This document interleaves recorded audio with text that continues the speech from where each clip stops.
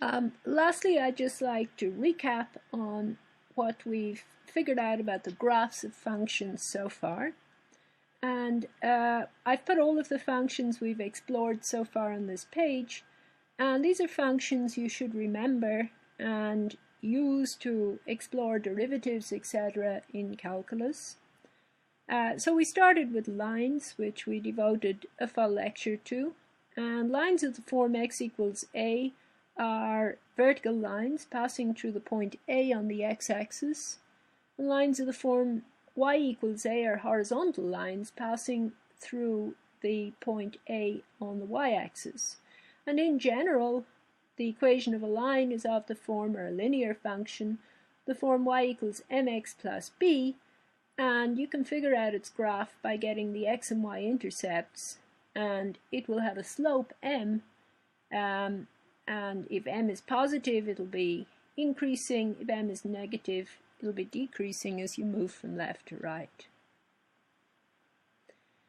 We have these power functions. Y equals x squared looks like this. All of the y values are positive. It has this parabolic shape, and it does indeed continue on, as you'll see in calculus, it continues increasing on the right, and it decreases from plus infinity on the left, and you'll be able to figure out that it continues looking like this bowl-shaped function as x tends to plus and minus infinity. Y equals x cubed does have negative y values, and it's symmetric in the origin, and it kind of has this bowl shape on the right, but it's a steeper bowl than x squared. Does go off to infinity, it continues to look like that, and then its reflection through the origin does the same thing and heads towards minus infinity. Y equals the square root of x looks like this. Its domain is everything greater than 0. It increases as you walk from left to right, you're moving upwards in the graph, and it does tend to go off to infinity, but it increases at a decreasing rate, which is something we'll talk about in calculus.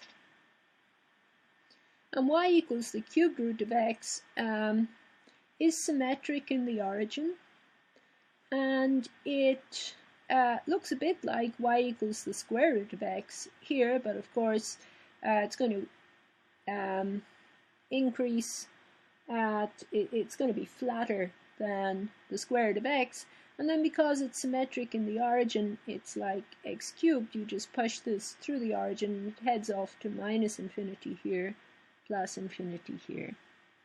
The absolute value function looks like the diagonal of the plane y equals x from 0 to infinity, and then the other part of the other diagonal y equals minus x from minus infinity to 0.